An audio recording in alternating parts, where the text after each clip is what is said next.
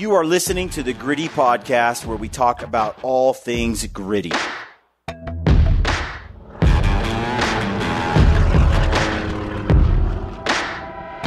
All right, folks, welcome to the Gritty Podcast. I'm your host, Brian Call. I've got Brad Hunt here co-hosting, and today's guest is Mike Costello and Dan Gates.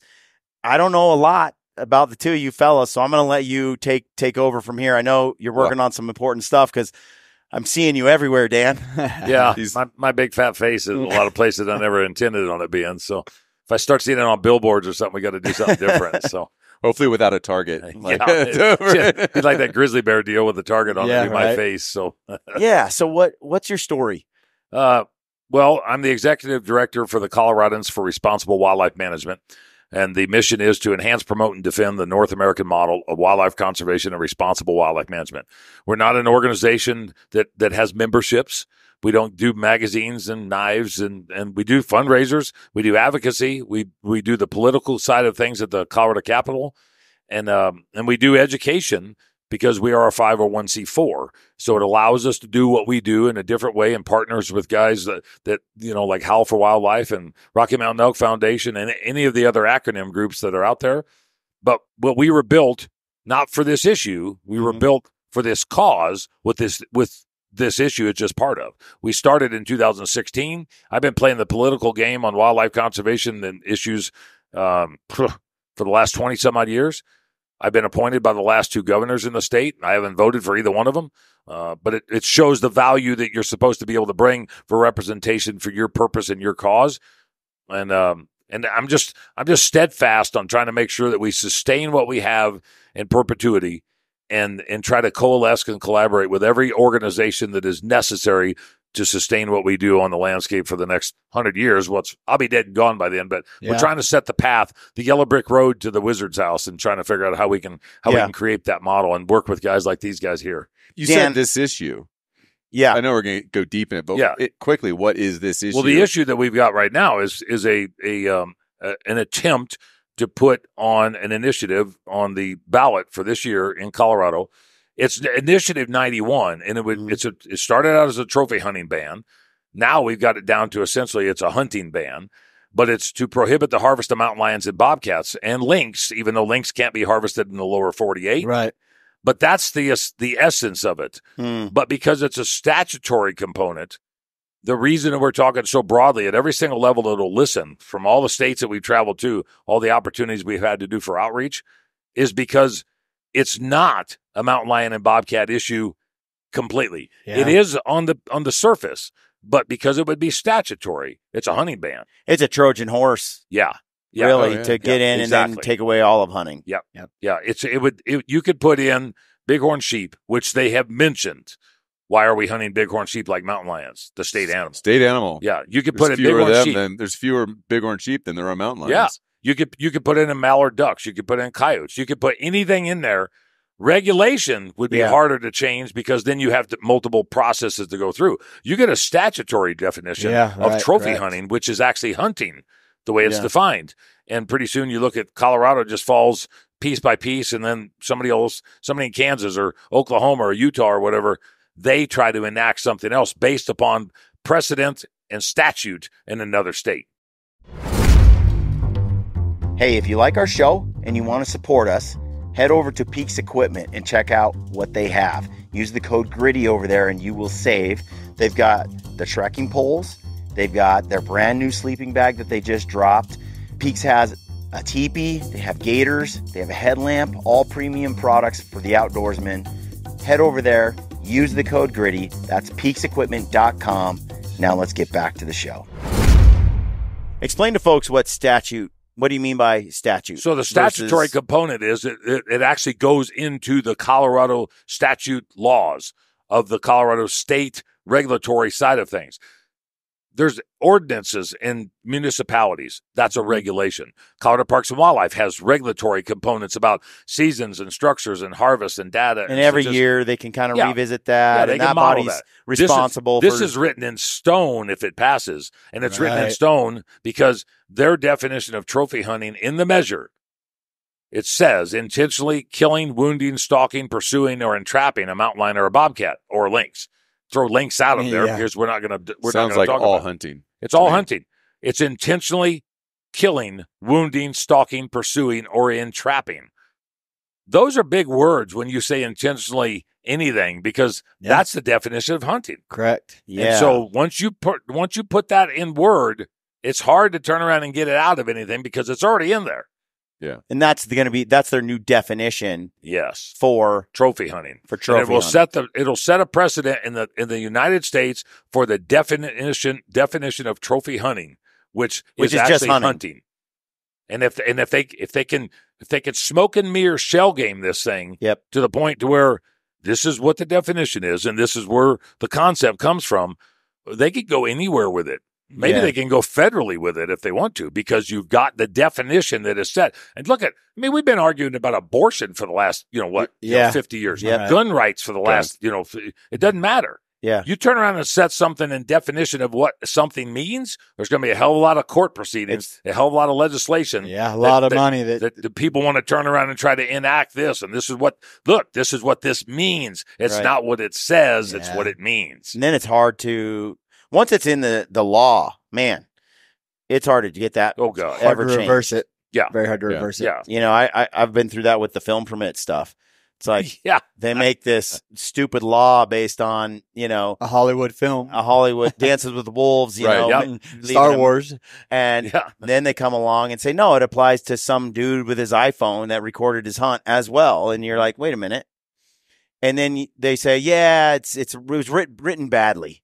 The law was written badly. Surely it was never meant for hunters, but nonetheless, it's there. And I interpret it this way. So every hunter has to have a $500 a day permit to film anything he does. And it's like, this law is badly done. So then it's a process of let's get this law redefined the way it was meant to be. Good luck with that. The way it was written, it was supposed to be.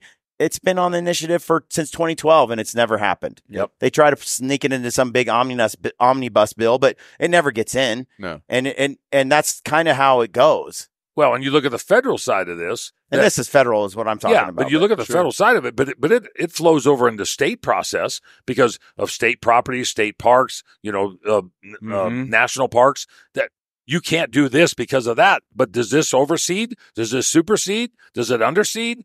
That's up for the courts to decide. We don't want to start deciding on the court side of interpretation of wildlife management or sustainable wildlife management in any capacity. And so what they're proposing is it's the antithesis to wildlife management. It's the removal of a very successful wildlife management program that's been good for wildlife, the whole ecosystem. It's been good for hunters. Yeah. It's been good for CPW. It's been good for the economics of sustaining wildlife. Yeah. There's 25 times more mountain lions in Colorado now than when they were put into the big game hunting regulations. Back in 1965. So we've been hunting, legally regulated, managing a hunt in Colorado for 60 years. 25x the and numbers. We've 25x the numbers. It's awesome. Right. It is a very healthy population. It's a very highly regulated managed hunt. And it's successful not just for mountain lions, but other wildlife as well that the non-hunter that goes in the mountains loves to see. Right. And so really like what's in it for me, for that voter, is a robust and healthy wildlife system. Yeah. Well, you take away this tool of regulating through a hunt. Well, that ecosystem is going to get thrown a curveball in a big way. Right. So, Mike, a little bit of your background. Yeah, so I'm in California. I'm working with Howl right now. Forgive me. Yeah, baby. Forgive me. The origin state of all the California. Although his commission is better than ours right now. That's the bad. That's true. That is wild. So, didn't mean to interrupt, but just set that preface. Adult onset hunter. I've been working with Howl since the beginning of Howl, which was in defense of bear hunting in California. Okay. There was 2 years in a row where it started as a legislative attempt, and we got that legislator through really an unprecedented public outcry and a groundswell of advocacy that I don't think had really been seen anywhere in literally a week. we had 25,000 or so people jumped on a petition in less than a week, thousands of calls and emails into that senator that introduced that legislation into their office. People hunters that live in San Francisco, walked down to that guy's office and met with him and said, you need to pull this. We got a senator to pull this legislation in like 10 days. And it showed Charles, the founder of Howl, that advocacy can work, that we can get, with the big enough crisis, we can get people to step in and join arms. We can get waterfowlers to step in and say, we need to protect bear hunting. And so then they came back again, and Howl was really born in the second round when that came through with a petition to the commission in California. And that was a long fight. That was like a 9-month fight. But that's where the advocacy tool that Howl was launched to enable people across state lines, no matter what your method of take, whether you're a tradbow guy or a trapper or you run hounds, method of take, species, locality, you can jump into these issues and support with your voice to represent hunting and the value set that we have for wildlife and wildlife management into any legislative or commission as a whole, system, really, from each department. Exactly. Because we're the anti-hunting industry, and I say it I say industry specific intentionally. Yeah. Because a lot of these, they're not animal rights activists. In fact, wildlife often suffer. If you were to carry out their initiatives to their full logical end, wildlife don't benefit necessarily. They have an industry that depends on their crisis. They fundraise. They hire lawyers and marketers. They don't put money into actual conservation or improving habitat or anything like that. Yeah, the critters don't benefit. It's all money in their pocket and all money going to ban hunting. Yeah, absolutely. So it's an ideological, ideologically possessed group of people who have one goal in mind, and that is to just morally, they have a stance that it's wrong to kill animals. Right. Or to hunt animals. Yeah.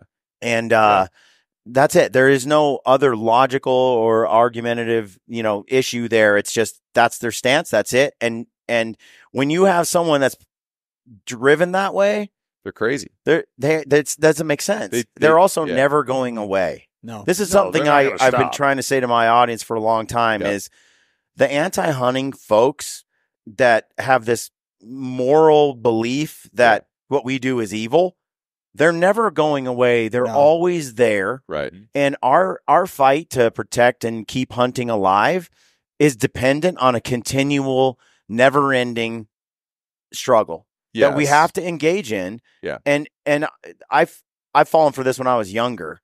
Well, once everybody figures it out, we don't need to worry about this anymore. Or we can take a break now because hunting is good. It's never going away. We all got to step up at some point and do our part to try to. And we're starting to see that. We're starting to see where the community and the industry and the conservation side of things, not just a hook and bullet side, but we're getting tremendous inflow from. We need to do this. Yeah. We've been talking about it. We've been promoting it. We've been professing it. We've been preparing for it. But until the devil's at your door, a lot of people just don't take it seriously. Yeah. Yeah. Well, and I've seen, I've heard you guys talk about it. I heard John Stallone's talk about it quite a bit. And it's like, I'm not a lion hunter. I don't need to worry about it. I'm not a bear hunter. I don't need to worry about it. Yeah. But then all of a sudden, those people that were advocating for keeping bear hunting and keeping lion hunting, their voice wasn't that big, but guess what? Now, those people that are anti-hunting are coming in. Right. Their voice is pretty big. And guess what? Nobody's there to save or talk about the elk and deer that they're taking away from me at the same time. I had a guy yesterday come to the booth over here, and he said, I see your stuff all over Instagram, and I really appreciate what you're doing, but it just doesn't affect me that much. It does. And he said, I've never hunted a lion. I'm never going to hunt a lion. He said, but I understand that there's a coalescing collaborative effort that we need to. So I pulled up on the computer and just showed him the verbiage because he said he was an upland bird hunter. Right. And I said, okay, you might not hunt a lion. Maybe you don't even really want anybody else to hunt a lion. Does he use a dog? He uses a dog. That's and when I showed him the dog component in there, and I showed him about the e-collars and the training collars, and he goes, well, how could that not be transferred over to something else? And I said, exactly. Mm-hmm. It's this chink in the armor. It's this chip away one little thing at a time. They're trying, and this is their quote. we take the low-hanging fruit. In this instance, it's mountain lion and bobcats and trappers. Right. Take the low-hanging fruit, we cut the branch off, we cut the tree down, then we go into the forest. Mm-hmm. When I told him that and showed him in the initiative, it's not my interpretation. Right, correct. It's what it says. Yeah. Well, that's interesting, he said. He came back 3 hours later, walked back through. He just walked over, handed me a check, put it in my pocket. And look, I didn't look at it until I went to the restroom. $1,000 he turned around and gave. Wow. Because he processed it. You walk around this show and you see our signs at most booths about the raffles that we're doing, the fundraising, SCI's doing, RMEF's helping us out, Muley Fanatics. Yeah. He walked around and saw enough other places that were doing things that didn't have anything to do with lion hunting. Yeah. Didn't have anything to do with bobcat trapping or hunting. And he came back and gave money because he sees the value at, well, one open door. Where do they go next? They get rid of bobcat trapping and mountain lion hunting. You get rid of the use of hounds. Yeah. Where does that leave me as an upland bird hunter? I just like the pheasant hunt. That's all I care about. Yep. That's the value. You talked about the ideology. I think it's even deeper than just hunting. There's an ideology that wants to remove humans from the ecosystem. Yep. They want to remove humans from natural process, whether it be cattle, or meat, or training a dog, using a dog for a function, horses. There are people out there that want to remove humans from the ecosystem, and that involves power. Said on money. X, that involves power and money. Exactly. And it's evil. To me, he said on X a while ago, evil. he goes, "It's no longer like left, right, or whatever." He said, "It's actually human and anti-human." Yes, they're anti-human pro-human and anti-human. They want to remove humans from the landscape. They're not pro-wildlife. Yeah. There's an ideological obsession going on out there right now. Yeah, it's pretty. They lie. They lie to the humans by rewilding. They truly create this rewilding, or that's inedible. They cannot win on truth, so they create manipulated rhetoric. They create lies. So our battle is for that human in the middle who loves wildlife, right? But is being fed an agenda for the last 20 years, and we need to get them informed. As soon as they realize they're being lied to, we start to win support. Yeah. I feel like, we get some criticism because we teach people how to hunt. Either through film, visually, we inspire them to go do it. We do podcasts. We teach dirty them bastard. How to what's wrong with you? How to procure wild meat. But there are people who are like, especially hunters, who are just angry about us empowering others to go and experience the outdoors. And I get it to some extent, because as hunters, we just want to go do our thing. Right. And I don't want some bastard in my hunting spot. And you're a bastard if you're not my friend. My trailhead. And you're in my spot. My trailhead's my trailhead, yo. Right. Like, what did Ranella say? He's like, everyone's an asshole that's not in your hunting party. Yeah, exactly. Exactly. And if they are in your hunting party, and the next year they bring some of their friends, they are that asshole now. Exactly. And I see like this contingent of the hunting community who doesn't really want to see, or who doesn't worry about the bans on trapping, wolf hunting. And if there's anything we're known for, it's bear hunting. Yeah. And a little bit of wolf lately, to be wolf hunting. Yeah. Which are two animal species that put us in the crosshairs of a lot of hassle. Oh, yeah. Yeah, exactly. And our goal, though, is to I watched Meat Eater with Clay probably a month ago. Yeah. Go up to Alaska and hunt wolves, and I applauded them for making the film about it and showing the trapping of wolves. And they didn't really get deep into trying to justify it in any way. They just simply said there's a need for it and it makes sense, and I believe it's so. Sure. And then they just did it. And I think that there's some power in that, because you're socializing the public with the concept of hunting, and you're just letting them see it. And you're sort of, like Clay mentioned, you're demystifying this, desacredizing the wolf.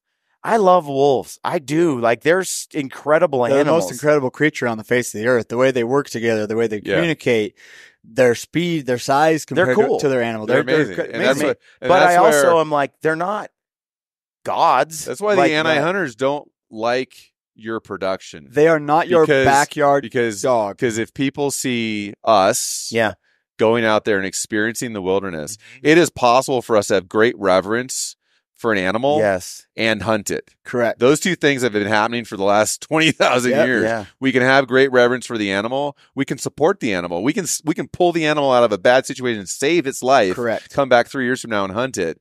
And those things can coexist. But if that resonates, that human relationship resonates with other people, then they'll understand, okay, we're not all crazy, fanatical, evil people. Yeah. And their argument that tries to make us sound wacko and fanatical loses a lot of steam. Yeah. Which is why they don't like the fact that we put our stories into the space for other people to learn from. Exactly. Joe Rogan mentioned our show, and he said, Ryan Lampers, I watched him. He's this articulate guy. He's interesting, and he's out hunting, and he shot a wolf, and you can watch the video. It's on YouTube. Yep. And he's like, I watched it, and it's really interesting. So he goes, I mean, wolf hunting must be legal, because he was doing it, and he was having a guest on the show where they were both talking about it. I think Joe knows, but sort of having that conversation. Yeah. But being able to put out that kind of content gets people to go, oh, I think there might be a case for this. Right. And if you present it in that reverent kind of way, which we try to do, and we're just being real and honest, but that's hunting. See, but we're being real and honest. We're being logical and reasonable. Yeah. The extremists aren't.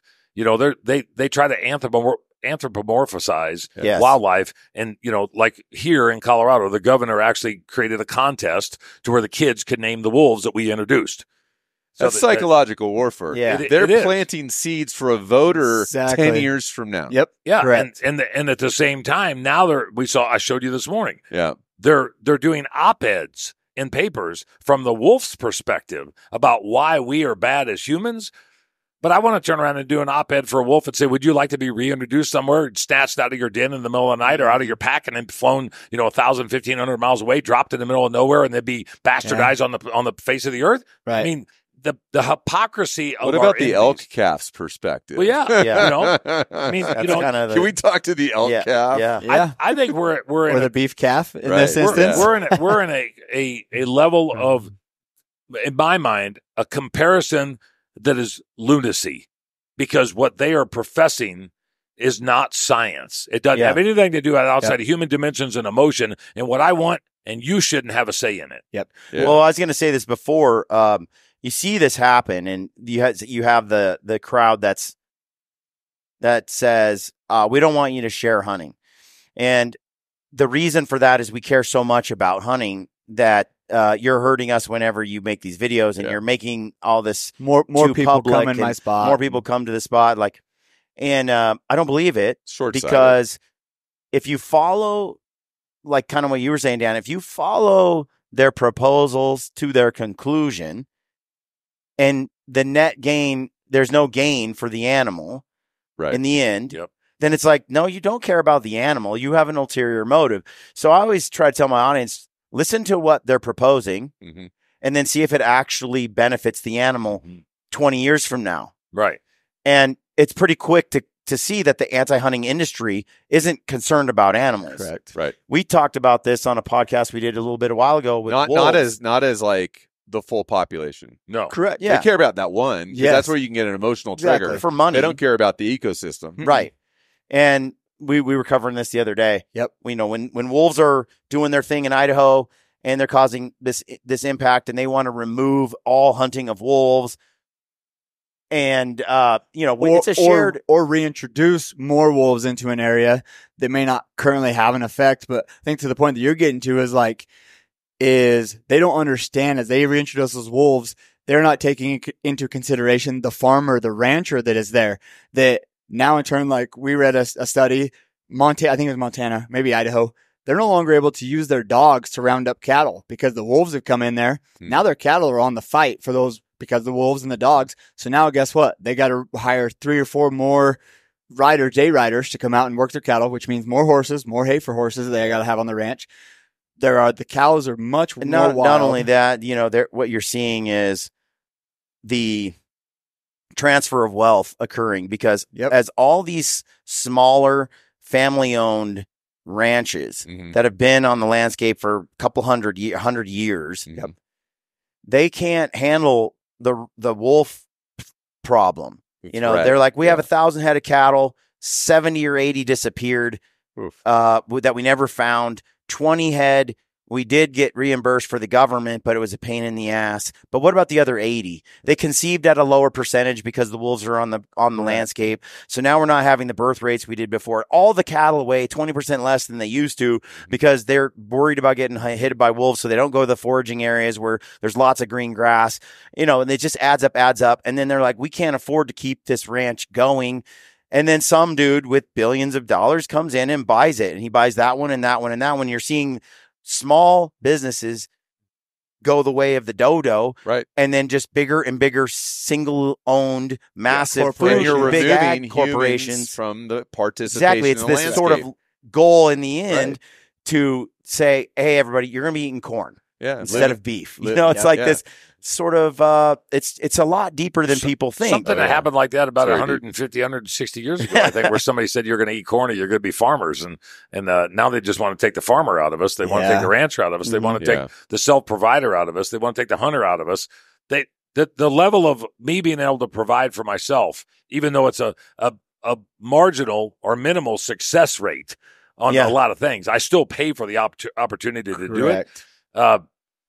I think that we're in a conundrum of circumstances where the general public is trying to figure out, is this right? Is this right? Yeah. And in the middle, what can I accept that I think is right? Yeah. And that's how we guide a lot of our conversations with the voter, because the voter has a perception about things that are being shown, told, just like the wolf naming contest, for crying out loud, or seeing an op-ed about a wolf being interviewed. Those things there might not seem like a big piece of the puzzle for us because we think they're all a bunch of lunatics, but there's a certain percent of the population out there that is going to listen to some of that lingo, some of that description of how the landscape works, how the ecology side of things works, because people are bad. Wildlife is good. Again, anti-human. Mm-hmm. Yeah. The naming contest, the wolf first person writing an op-ed. Yeah. All of that is like it's all fabricated. It's fabricated. Nothing factual. It's not factual. It's not real. Correct. When we can get our stories, our relatable stories, other than the kill, and the kill is important too, but when we get our relatable stories into the hunting space with truth, with the track record of growing success on the landscape for wildlife across, including predators, bears and mountain lions, when we can get those stories into the non-hunting space, we build strength and we diffuse those lies. The problem is our stories they take time to tell. Yeah, right. Like you gotta listen, you gotta pay attention. It's not a picture and a headline. Yeah, you can put a wolf getting shot into an email and tell people, hey, donate so you can stop this evil from happening. That's their argument can be quick and emotional, and they can raise funds. Whereas ours, it's a whole story. I was telling Brad, when we make bear films, it's easier for us to sort of explain to people why bear hunting makes sense when we sit there and eat the bear meat, can the bear meat, leverage the bear meat, eat it on film on the mountain in there and say, this is delicious meat. It's easier to sell bear hunting to people who don't understand it, haven't done it, and don't relate to it. Your bear films have turned a lot of hunters onto the value of bear meat. Yeah, correct. And you guys have made a lot of people interested in hunting bear. And you've also made more non-hunters accepting of the hunting of bear because we're consuming it. And then in turn, when an anti-bear hunting legislation comes up, they go, well, no, I see that it's a food source. I see these guys do it responsibly. I like what they do. I have a new vision of what bear hunting really is, and it makes sense for these reasons. Right now, we're attempting to do the same thing we did with the bears. I love that. I mean, you guys mentioned that. I think it's phenomenal. We're trying to do the same thing with wolves now.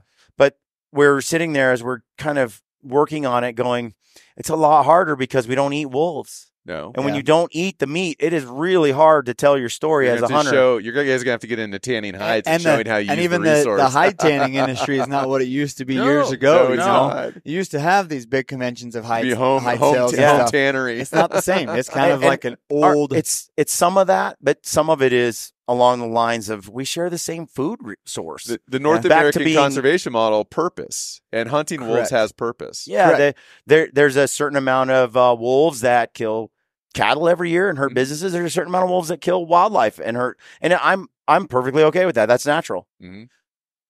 As long as they came into a location without a ballot initiative, totally through ballot box biology. Correct. There's responsible ways to do that. Yeah, I'm not anti-wolf. I was put on the stakeholder advisory group to put on a management plan here in Colorado. I'm not anti-wolf. I'm anti-ballot box biology wolf. Yeah. I'm anti-ballot box biology mallard duck. I'm out, and we shouldn't be having this conversation to decide how we are going to sustain our wildlife populations. Yep. And one thing I want, it's a satire deal, but the grip and grin pictures and all the stuff that we see that's on Facebook and everything else where we get bastardized from the opposition. Mm-hmm. What if we did something where we went into Whole Foods and we turn around and got those pictures of the people with all their tomatoes and their zucchinis and everything else and chastise them for what they're doing? Why are you taking pictures with them? Or all the squirrels that killed when you're monoculture farming. Yeah, all the rodents and the small game animals. Exactly. The hypocrisy that's there is we all have to eat. Yeah. It's just a matter of what we choose to eat, and if we try to do it Or responsibly. I went and did it myself, and somebody that, through the payment of your meat, somebody else did that for you. Yeah. If you eat meat. I'm doing it myself. I have a question about wolf hunting. Yeah. Because the anti-hunting industry will say that we're trying to eradicate wolves. Yeah. There is a history, and it is a historical artifact that was happening at one time. Yeah. Poisons. Correct. Poisons largely. Government funded, by the way. Government funded, by the way. Yep. So let's go into the modern realm of regulated wolf hunting for conservation and management. How easy is it to hunt a wolf? It's not. It's less than 4% to spot and stalk a wolf with all the tags that are issued. If you don't throughout trap the states wolves, of Idaho, Montana, you can't pull it off. My view is you could put a wolf tag in every single deer and elk hunter's pocket. Correct. And you would not eradicate the wolves. No, they don't need any help surviving anymore. No. Like Dan Flores says they're in not Coyote endangered. America. He's like, coyotes and wolves don't need our they're not endangered. They are survivors. Yeah. No problem.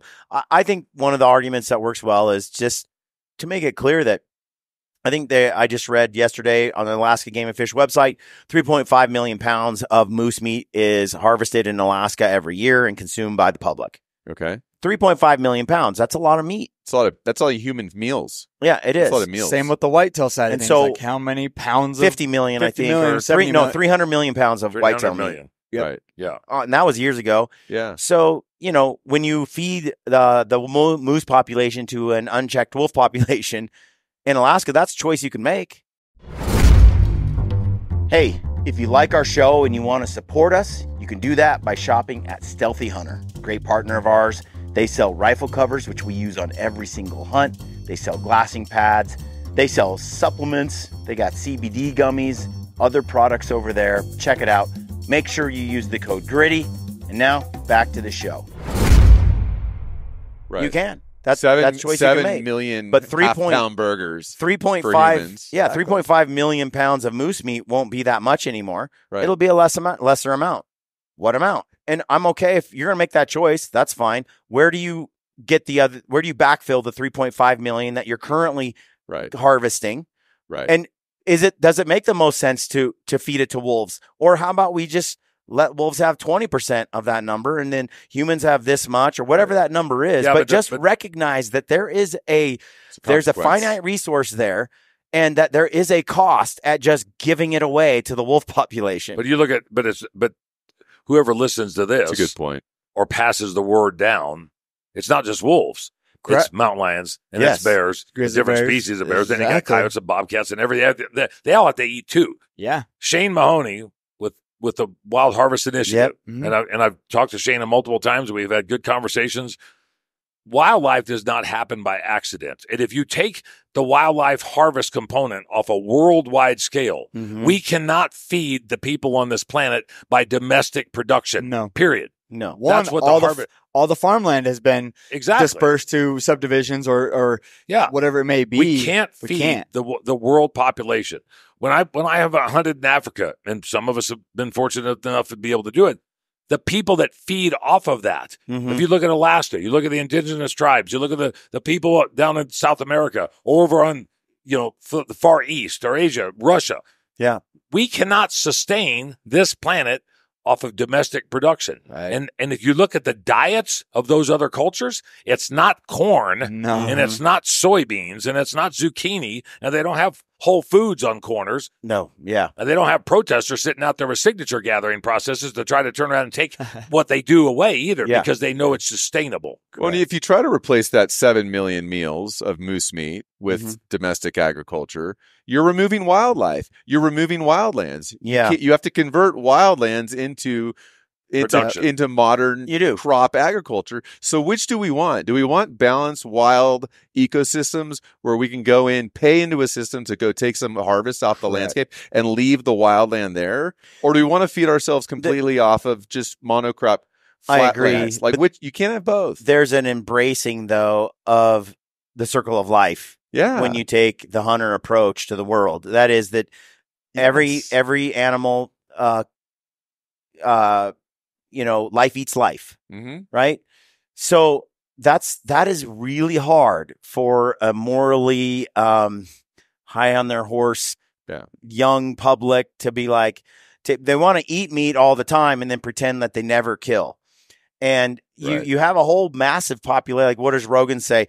People get weird when you ship the food in on buses, and trucks. Oh, yeah. Like, now they're just completely disconnected from the process. But they'll order Uber Eats, where somebody delivers it to the door, but they don't know what happened between production and it's that removal from ecology. I would say, like, between like a lot of the stuff that's out there today, and I think hunters are doing a better and better job. We still hurt ourselves, but all in all, I feel like what we're doing, we're trying to really showcase hunting in all its aspects across the board. We're now doing a few baited hunts and a few trapping type hunts and filming those and trying to show those, which was kind of a third rail before. Sure. Because if I did that, don't someone be, oh, it's baiting, go hunt the real man way. And you get that.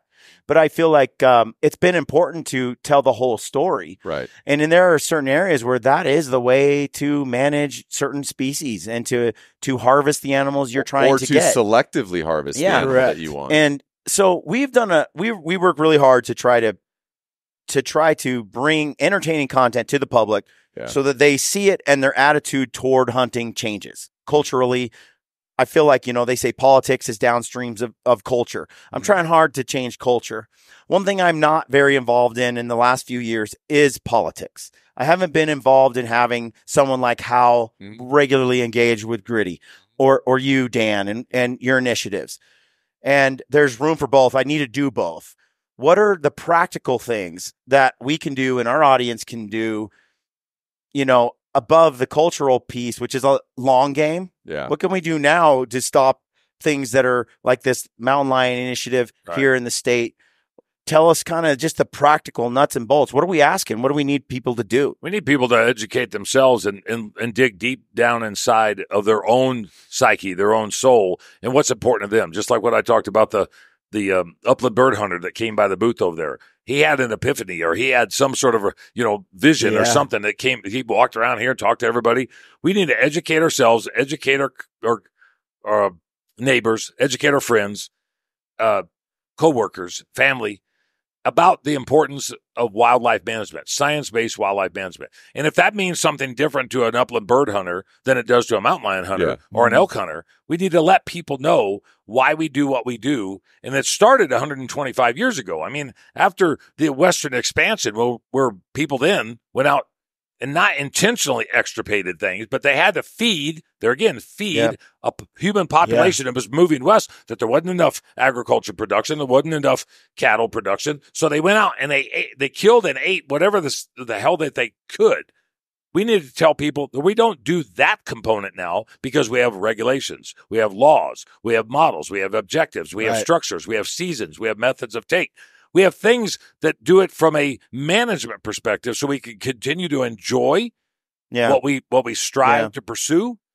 It's like teaching them that market hunting is how it was, but also now today.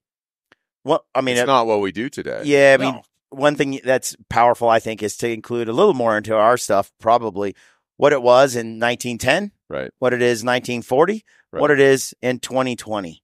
Well, and that's interesting you bring that up. All those numbers are undeniable in the favor of hunting. Yes. 1900. Especially this model of hunting Correct. that we have today. That's what I mean. Yeah. I mean, you take a moose, for example, in Alaska. We get so much stuff from reels and even the film, not as much the film, but like reels are like, they just packed out the antlers. Well, no, there are laws and regulations that we are required to in our new check film, that in. And I got so much of that over the last 2 years. I'm like, now new films, it shows the regulation, how much meat you're supposed to carry, that it has to be on the bone, what the laws are. Because so much of our audience will watch our stuff and they're just like, if you don't show a pack out, which we try to show in most films, but due to time constraints, we left it out on a couple.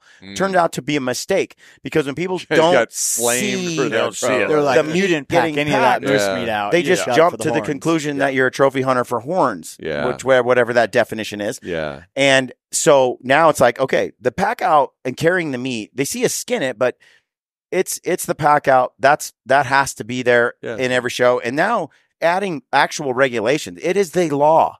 Right. It's a year in jail and $10,000 if you leave maximum fine in the state of Alaska if you leave meat behind. And they regulate it to the T. Yeah. Yes. So people don't know you could spend a year in jail if you waste a moose. Exactly. And that's something that the public needs to know. So I get that education, teaching people through what we do. But it's hard. It's becoming a harder and harder education. You mentioned 1910, 1940, 2020. In 1900, 20% of the population lived in cities and 80% of the people lived on the landscape because it was primarily agriculture production to some degree. 1950, it was a 50-50 split. In 2000, 20% lived on the landscape and 80% lived in the city. Yeah. What's it going to be in 2050? Well, now it's like 90-10. So it's getting closer. You go back to we just keep being removed from the ecological process, so we don't understand it. It's easier for people to manipulate that relationship. Yes, I think there's two things that we, as individuals and as a community, need to do.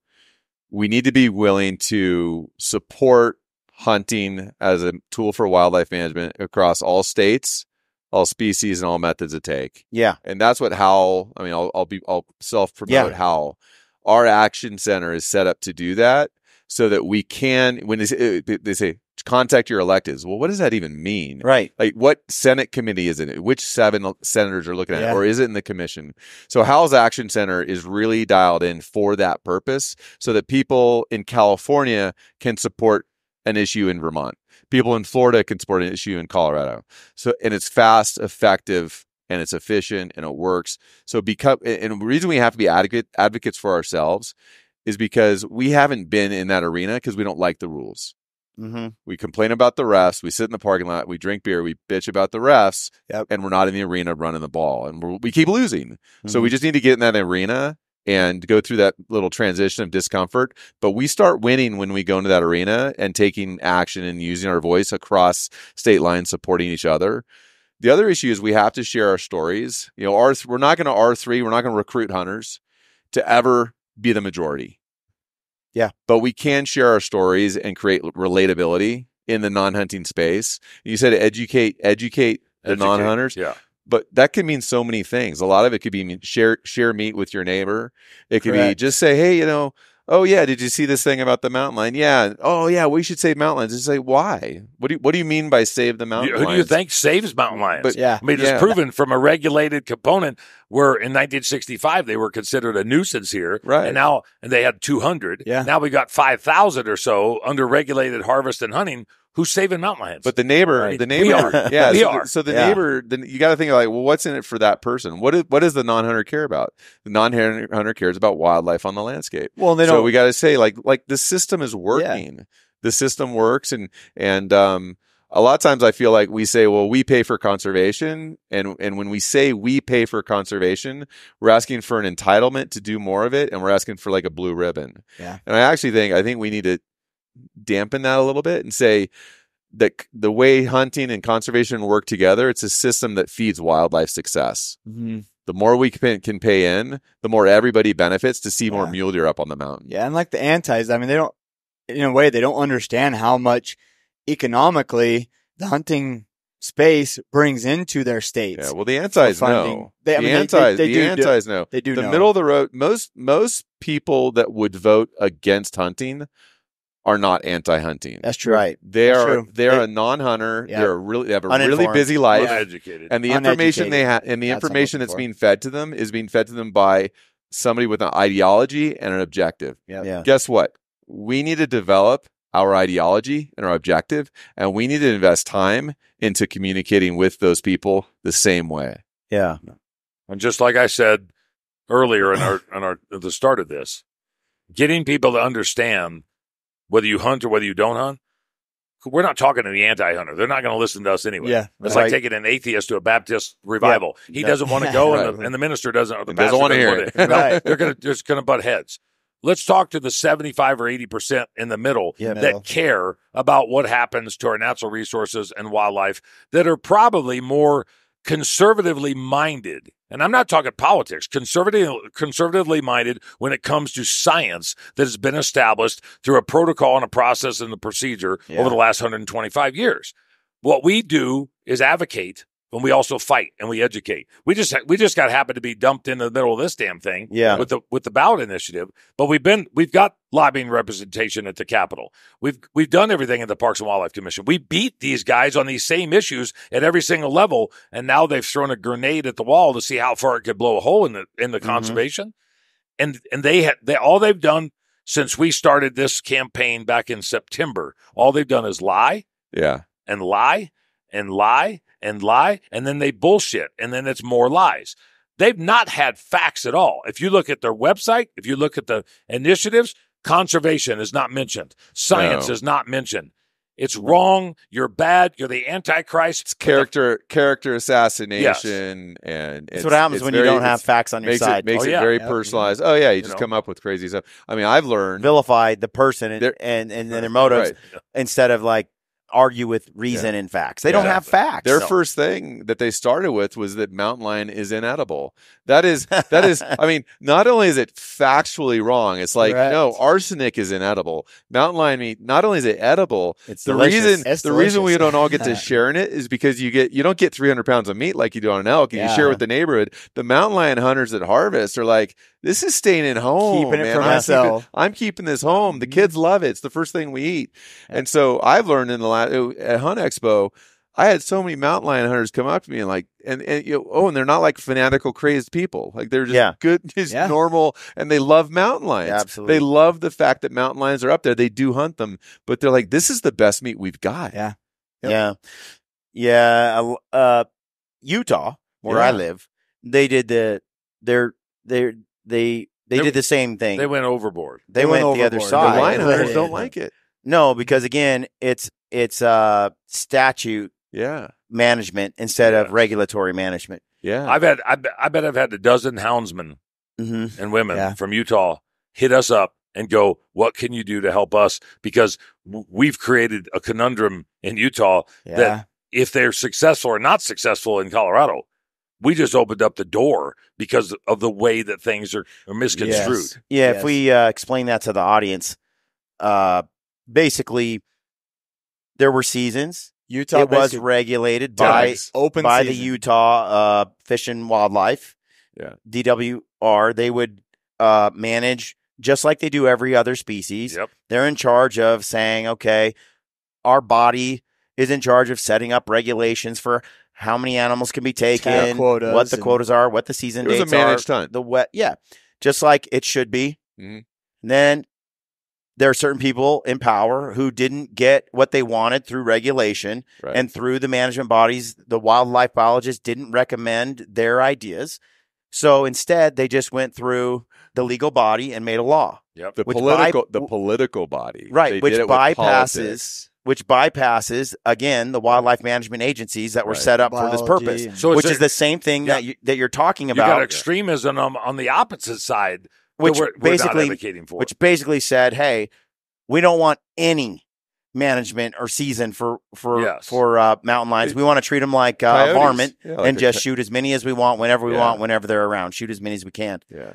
And so again, it's this management by elitists in the political space making decisions instead of professionals and wildlife people set up in committees and through biology and wildlife facts and data. objectives. If we're going to be intellectually honest about hunting and managed hunting and successful wildlife on the landscape and all that, then what they did was completely in contrast with conservation. Absolutely. Yes. And the lion hunters, ironically, they don't like it. who you would think benefited the most because they can just free for all now. Yep. They're the hunt most them, upset. but they love the lions being there. They love the data, the science that you get out of a managed hunt. Yep. And so they were very disappointed by that. But, back to cats, lion meat is great meat. It's delicious. Yeah. It's amazing. In Colorado, if I were to summarize what's happening, the same thing is going on where they've tried everything. These anti-human, anti-hunting ideologues have sat there and they're trying to stop and get – they just want to start, like you said, with the low-hanging fruit.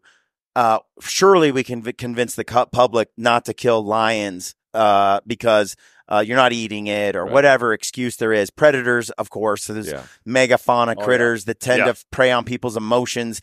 It's like, and what's your justification? You're not eating it, that kind of thing.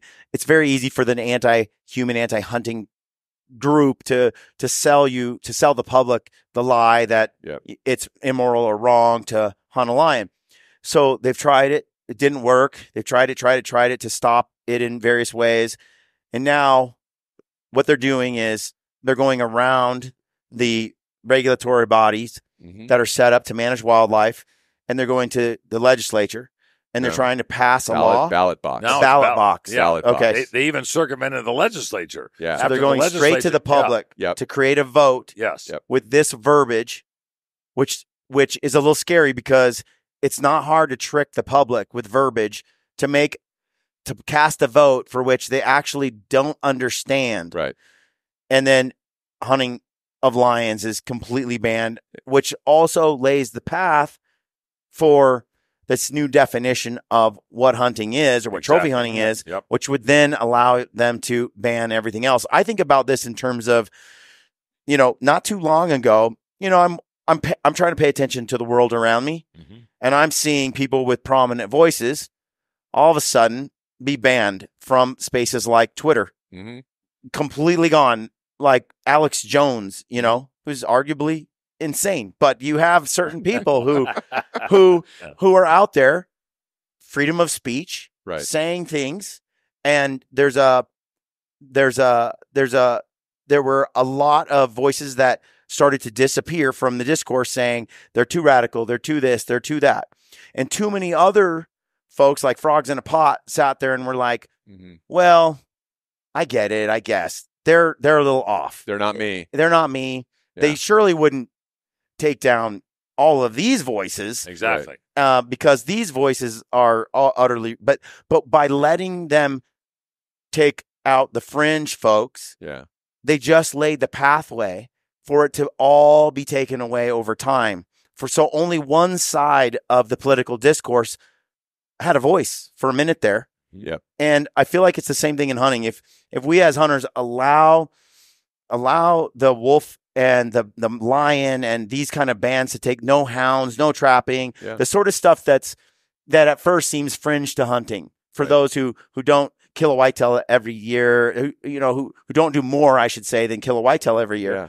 They're like, why does it matter? Or the bird guy, lions have no impact on me, but they do. Just like if we don't fight for the lion hunters to keep lion hunting intact, they will. This will just be step one among a little cascade of hunting that will disappear. Let me say something here that and it drives me nuts because of the segregation that we created amongst ourselves. Last year in Colorado, we had roughly 2,500 lion hunters that harvested 486 mountain lions by the management side. Doesn't include the conflict resolution where a lion jumped on a goat and killed. That's not included in the management side. There's less bighorn sheep, mountain goat, and moose hunters in the state of Colorado than there is lion hunters. There's less of those. We all want to do those. We all put in for points. We all turn it. That's the coveted, component of what we would all like to engage in some capacity. The three of those combined don't total half of what the lion hunters are. And the three of those combined don't total half of what the lion harvest is. Who's the low-hanging fruit? It's just that we're talking predators on one side. Let's get rid of the predators. Where do you think they're going to go next? They have to go to something because their juggernaut can't stop on just predators. Look at the low-hanging fruit. If they went after sheep tomorrow and said, we need to stop the harvest of bighorn sheep, do you think all the great big time sheep hunters that hunt sheep and goats around the world are going to stand idle? Because there won't be lion hunters to support them anymore because the lion hunters will be done. So they're going to have to pick themselves up by their bootstraps and do it on their own. We're setting a plan, a roadmap, a model, a playbook to where we can make sure that that doesn't happen at those things. And we keep what we have at this level because it's not about lions and bobcats. It's about hunting as a whole. I would point out that the Wild Sheep Foundation was an early adopter to supporting C.R.W.M. in this issue. Big time. They understand the threat, and they also understand the need for wildlife management, ecosystem management. Well, and a whole too. Like if they take one state like Colorado and they cut out that hunting, it opens up the opportunity for another state to cut out the hunting, whether it's Idaho or Montana or Wyoming, whatever it may be. That just is a small open door to allow other people to come in and start to do it in their own state, even if you're not part of Colorado. Yeah, we're to a point now to where we have to look at what I'm considering the future is 2 to 5 or 10 years down the road. Now, the longer that it is, the less time I have on this planet to be able to turn around and help. But if you've already created the structure, and I do not in any one way, shape, or form want to compare myself to any of our predecessors from 125 years ago. But everybody goes through changes at different parts of our society. When are we going to put up the flag like what we do at these conservation conventions and shows through these organizations that we have around the country, the acronym groups? When are we going to say is enough, and we're going to go and ride on the coattails of the Roosevelts? This year. Of the Pinchots. Is when we are. Of the Hornadays, of the Audubons, the Boone and Crockett's. When are we going to do that? This year. And if we don't do it this year, what, are we going to just kick it down next year? We're going to go the next year because they're going to keep going to every single state for every single method of take, every single season, species. It doesn't matter to them. We have to do it collectively. And we've got more capability now than what they had 125 or 140 years ago. It's just that they were passionate about what they wanted to do. And look at what they did. The stuff that they did was in 3 to 5 or 7 years, and they turned around and magnified it to where we're still living by that 130, 140 years later. They built a system that has lasting impact and it works. Now, because of the last 20 to 40 years, this anti-hunting industry ideology has been inserting itself into public education, into law, into higher education, into all throughout society. That's why certain words like trophy have been co-opted. We didn't take ownership of that, or we didn't keep ownership of that word. That's where the hat I'm wearing, hunting is human. That's the other part of Howl. We're building out a communications program that's going to be very nuanced, and it has a generational time frame. My view, 10 or 20 years from now, when you go to the average non-hunter, and you say, what's trophy hunting? They'll say, it's the most economically and ecologically sustainable form of hunting there ever is. And the more constrained a critter is in their success, the more important trophy hunting is to recover that animal. We want to and that's just one element of it. But we just have to purposely inform the non-hunter to see hunting as the number one mechanism that works. Okay, folks, if you like the show and you want to support us and you're in the market for a brand new sleeping bag, check out the Peaks Solace 15. We spent a lot of years designing that sleeping bag in partnership with Peaks Equipment. The Peaks sleeping bag has so many innovative features. The old backpacker saying that 2 is 1 and 1 is none is never more true. And this sleeping bag is so versatile. It can be a quilt, it can be a jacket. It's got armholes. It's a 3-way zipper. It regulates temperature really well. It's got the hood. It's pretty remarkable. Go check it out. Use the code GRITTY and you'll save.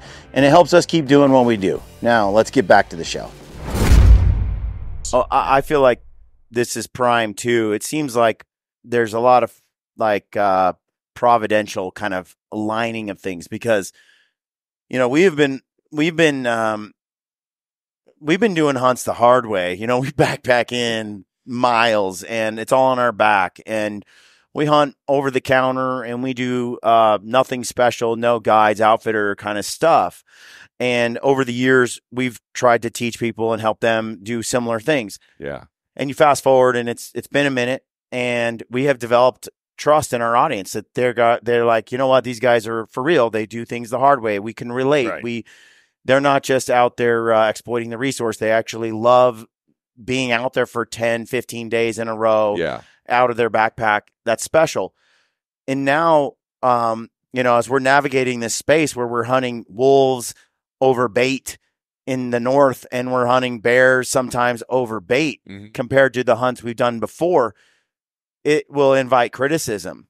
But we've earned our audience trust to go, but I know they do it this way.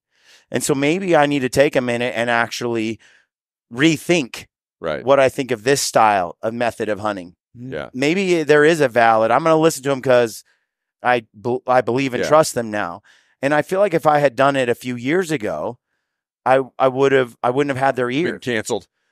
There's just something about now that seems it's a conversation right. now. Now it's so a conversation. Now we're doing the things, and we'll drop the stuff this year, and it'll be really interesting to see how the audience responds to things that are unconventional for us. Yeah. But there's that story that I like how Meat Eater, like I said, Clay just did it. He just socialized the public to the idea. And because Clay has done such a good job telling their story before, this new story is like, I'm going to listen a little bit because I trust this guy. Yeah. And if he's saying wolf hunting has its place, then maybe my preconceived notions about it are wrong or what I've heard about it.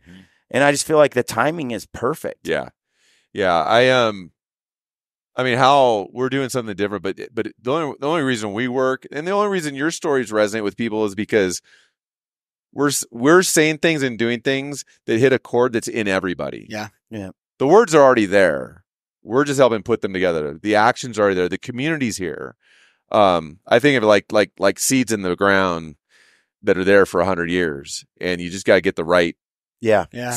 The right environment, the right amount of manure and the right amount of rain on them Yeah. for those seeds to come up. And so all of this it's good. is here. And we can do this and we can have these conversations and we can win this. Like, we don't need to be in the mode of, we're going to lose again. No, we're only going to lose again if we stay outside that arena. Yeah. But and it's not a lot of work. It's just conversations.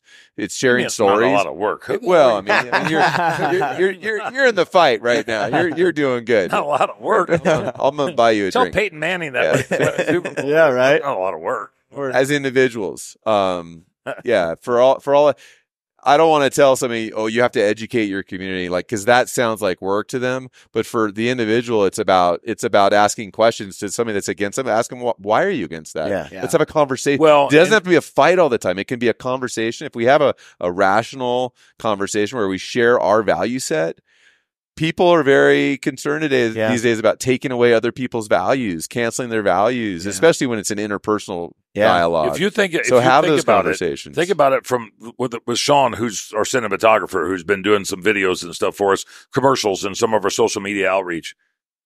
When you think about trying to educate the people that you work around or that you know at the soccer field or maybe it's at the gym, think about the question that you would be asked. And then how you would present that answer to a non-hunter. And what I would suggest is when somebody says, why do you hunt? Think about how you would answer that as they fictitiously ask you that. And you say, I hunt because. Yeah. That explains a lot because that's you. Yeah. That's you to them. It doesn't talk about politics. It doesn't talk about strategy and freaking anti-extremism. It doesn't talk about liberalism and agenda.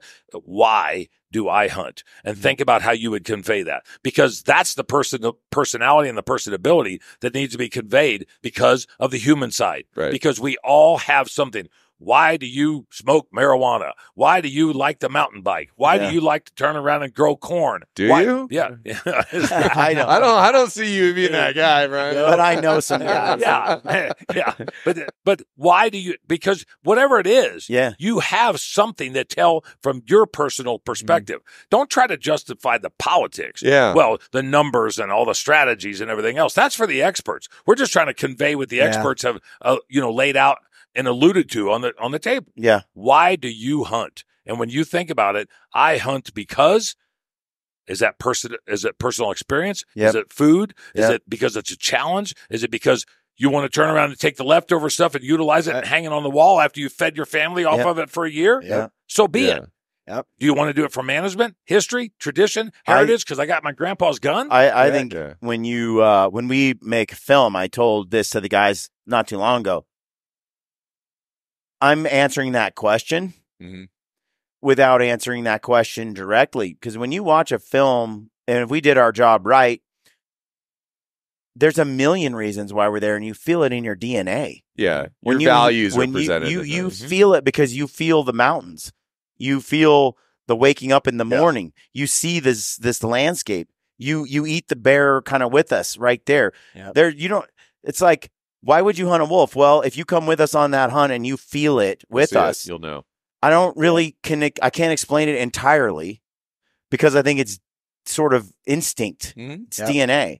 And if we do our movies right, then it converts more people if they feel it in a different way. Well, there's easier ways because it can't just come down to just food, because there are easier ways to get food than throwing on a 80-pound backpack and going hunting for 10 days. Exactly. But there's the adventure behind it. There's the solitude that comes with it. There's the friendship, the camaraderie, the challenge. Like, as a whole, you can't buy the health of that meat that you can't buy in the store. Correct. And you're taking an animal that was born to live, and it lived its most best life. Exactly. You're not taking an animal that was born to die. You're also human beings. We're predators. Yeah. And I like Shane Mahoney when he's like, look, when you're on the stalk, nothing else enters your mind during that. The wind is more important. The feel of the ground is more important. Leaf falling, that ear twitch, like all those heightened senses make you feel something inside your body that you don't feel in any other time. You're not thinking, oh crap, I didn't take the trash out. No, right. I got to wax the car before. I got to scroll Instagram. And there is something about that moment when you're locked in on that moment where nothing else,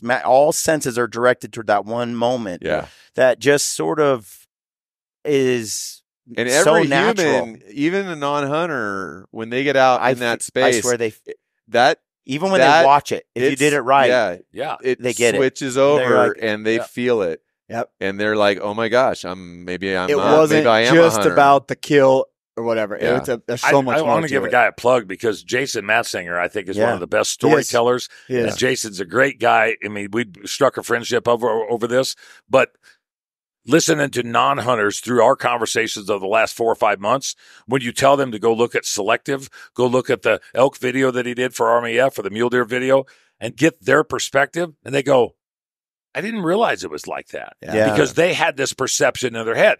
Jason is telling our story to where it correlates with them because they believe in the message. They believe in what is happening on the landscape. It's just that they didn't realize how to actually, correlate that or quantify it.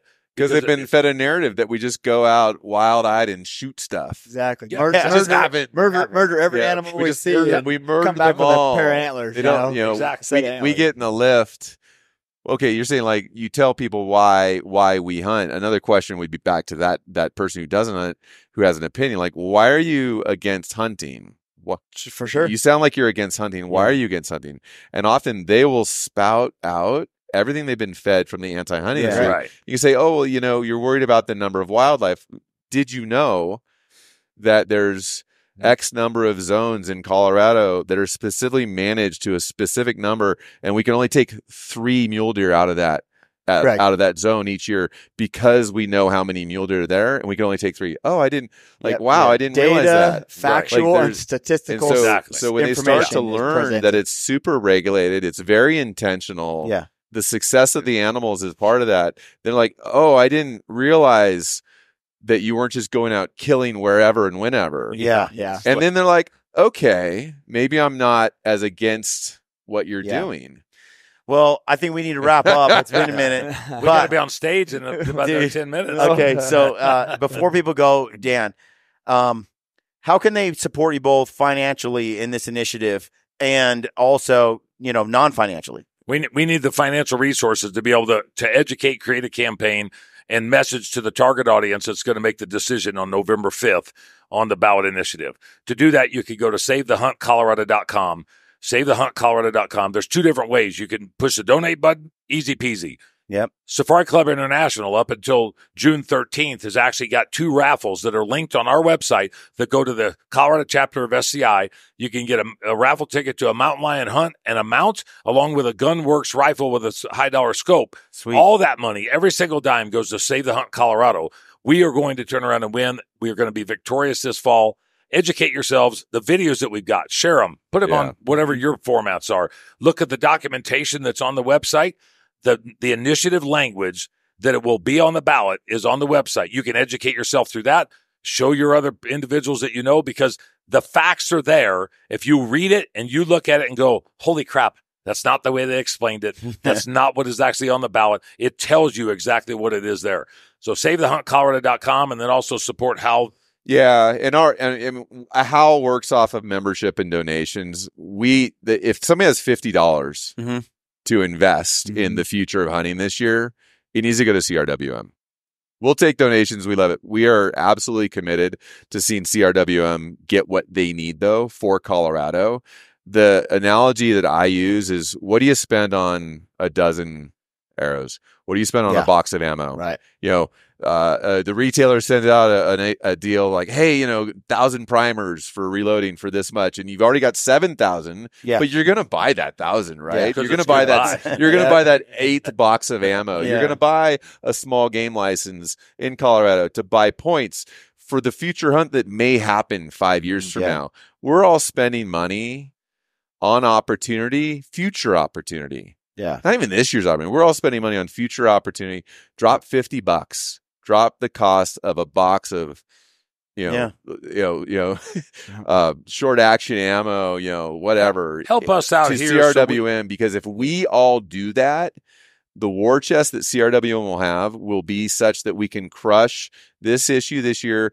The other thing about it is the conversation that C.R.W.M. has in Colorado about mountain lion hunting this year to win is the same conversation that needs to be had to get wolf management in place. Yeah. Like, this is not one and done. On November 6th, this issue's not over. Right. There's more issues. It will come back, but there's other management issues. And there's things that we can do proactively too, where we can bring forward proactive issues of yours in the state.